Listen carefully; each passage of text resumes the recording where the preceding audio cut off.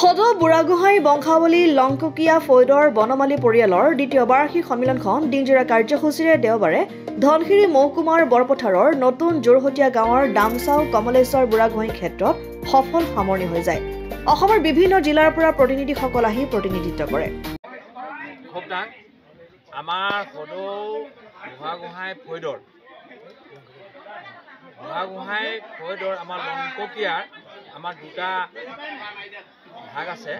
আমি বনমালী আৰু বলাই।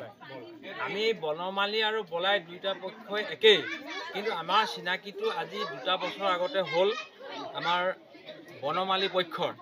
সেই প্ৰথম বছৰ 7 জানুৱাৰীত হোৱাৰ কাৰণে আমি 7 জানুৱাৰী তাৰিখটো আমি প্ৰথম বৰ্ষ হিচাপে ধৰিছোঁ, আৰু এই বছৰ আমি দ্বিতীয় বৰ্ষ হিচাপে 7 জানুৱাৰীটো বিভিন্ন কাৰ্যক্ৰমেৰে বনমালী পৰিয়ালটোৱে একত্ৰিত হোৱাৰ আৰু চিনাকি হোৱাৰ উদ্দেশ্যে আজি অনুষ্ঠান ভাগ আয়োজন কৰা হৈছে।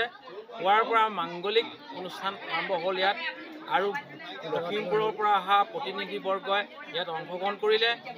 পৰ্যায়ক্ৰমে উদ্বোধন কৰিলে শ্ৰী বাবুল বুঢ়াগোহাঁই, নিৰ্দিষ্ট বক্তা প্ৰফুল্ল বুঢ়াগোহাঁই আৰু ফটিক বুঢ়াগোহাঁইদেৱে ইয়াত নিৰ্দিষ্ট বক্তাৰ অংশগ্ৰহণ কৰি আজি অনুষ্ঠান ভাগ শুৱনি কৰিলে। লগতে সদৌটো ৰাইজে আমাৰ এই অনুষ্ঠান ভাগত নিজৰ সময়, নিজৰ গাঁঠি ধন খৰচ কৰি বিভিন্ন ঠাইৰ পৰা আহি আমাৰ অনুষ্ঠান সাফল্যমণ্ডিত কৰাৰ বাবে আমি সকলোলৈ ধন্যবাদ জ্ঞাপন কৰিলোঁ। আৰু আপুনিও আহি পেলাই আমাক যে এনেধৰণে তথ্য সংগ্ৰহ কৰি আমাৰ অনুষ্ঠানটো অকণমান সবল কৰাত সহায় কৰিলে। সৰু পথাৰৰ পৰা পৰাণ গোস্বামীৰ ৰিপৰ্ট, অসম আদিত্য।